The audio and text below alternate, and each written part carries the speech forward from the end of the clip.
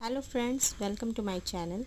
Last video में हम लोगों ने एनसीईआरटी बायोलॉजी से breathing and exchange of gases chapter read किया था। इस वीडियो में हम लोग इसका एनसीईआरटी एग्जाम्पलर से इसका आंसर्स देखेंगे।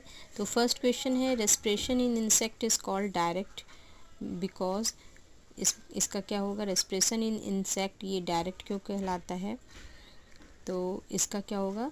इंसेक्ट में ट्रॉकियल ट्यूब से एक्सचेंज ऑफ गैसेस होते हैं और इसलिए डायरेक्टली क्या होते हैं? डायरेक्टली होमोसील with then exchange with tissues.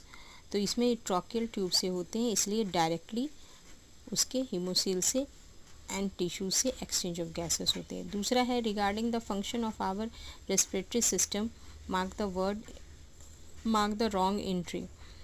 तो इसमें हम लोगों के रेस्पिरेटरी सिस्टम में क्या नहीं होता है? ह्यूमिडिफाइज तो होता है, कल मैंने वीडियो बताया था, वार्म अप भी होता है, क्लीन अप भी होता है, बट डिफ्यूज़न ऑफ गैसेस नहीं होता है।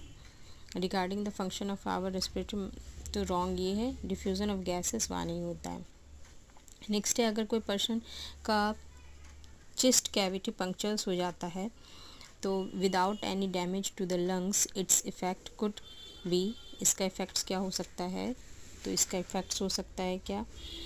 अगर उसका चेस्ट कैविटी डैमेज हो जाता है तो उसकी ब्रीदिंग सीज हो जाएंगे, क्योंकि लंग्स एक्सपेंड नहीं कर पाएगा, लंग्स कोलैप्स हो जाता है, इसलिए उसका हो जाएगा cessation of breathing. It is known that exposure to carbon dioxide is harmful to animal because animal का कार्बन डाइऑक्साइड में एक्सपोजर क्यों है? क्योंकि ये क्या कर देता है? ये ऑक्सीजन के ट्रांसपोर्ट को रिड्यूस कर देता है। इसका आंसर बी होगा। Make the true statement among the following with the reference to normal breathing. Normal breathing का इसमें क्या होगा? इंस्पिरेशन हमेशा एक्टिव प्रोसेस होता है and expression is the passive process. तो इसका बी आंसर होगा।